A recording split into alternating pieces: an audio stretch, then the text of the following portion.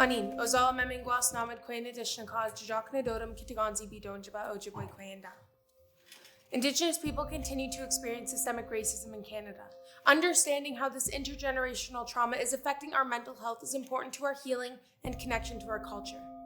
Today, I will be sharing my speech with you on the missing and murdered Indigenous women and girls of Canada. Miigwech. If I went missing, would you look for me? Would you see my face all over the news? Would you care?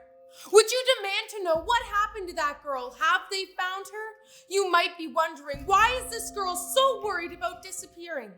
It's because statistics show I need to be. I am 5 times more likely to go missing than other women and girls. I am 16 years old. I am Indigenous. It has been called the hidden human rights crisis and national tragedy. The missing and murdered Indigenous women and girls of Canada.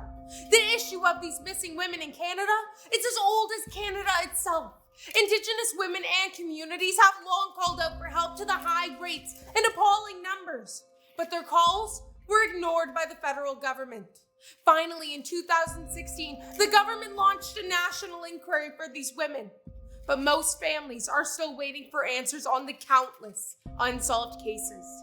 We are the most targeted and the least seen by media and law enforcement.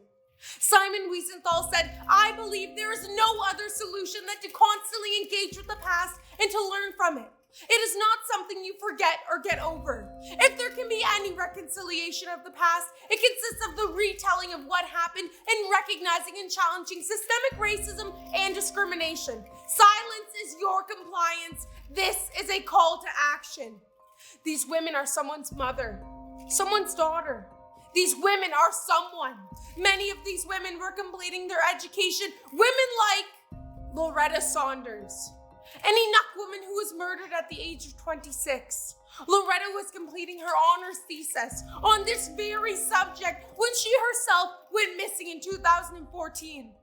Maisie Ogic and Shannon Alexander were 16 and 17 years old, last seen September 8th, 2008, at a school dance. Police called them runaways, but Maisie's mother said she would have called after seeing her family crying and looking for her. Tina Fontaine was 15 years old. Her body was pulled from the Red River in Winnipeg, where many other women were found. It was Tina Fontaine's case that made an impact, and people have begun to realize the truth of this hidden crisis and open their eyes.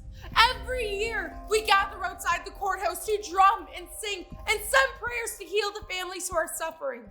Everyone is welcome to join and stand up for these women. But once a year, it's not enough.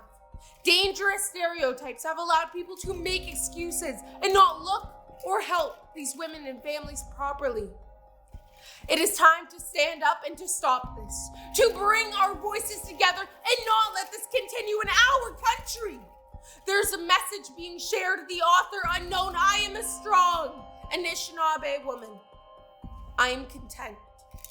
If there ever comes a time where I go for groceries and don't return, where I go to school or a friend's house and don't come home, no, I did not voluntarily leave my family.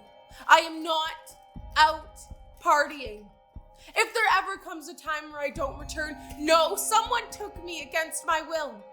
Don't make excuses as to why I might not have returned. Look for me, please.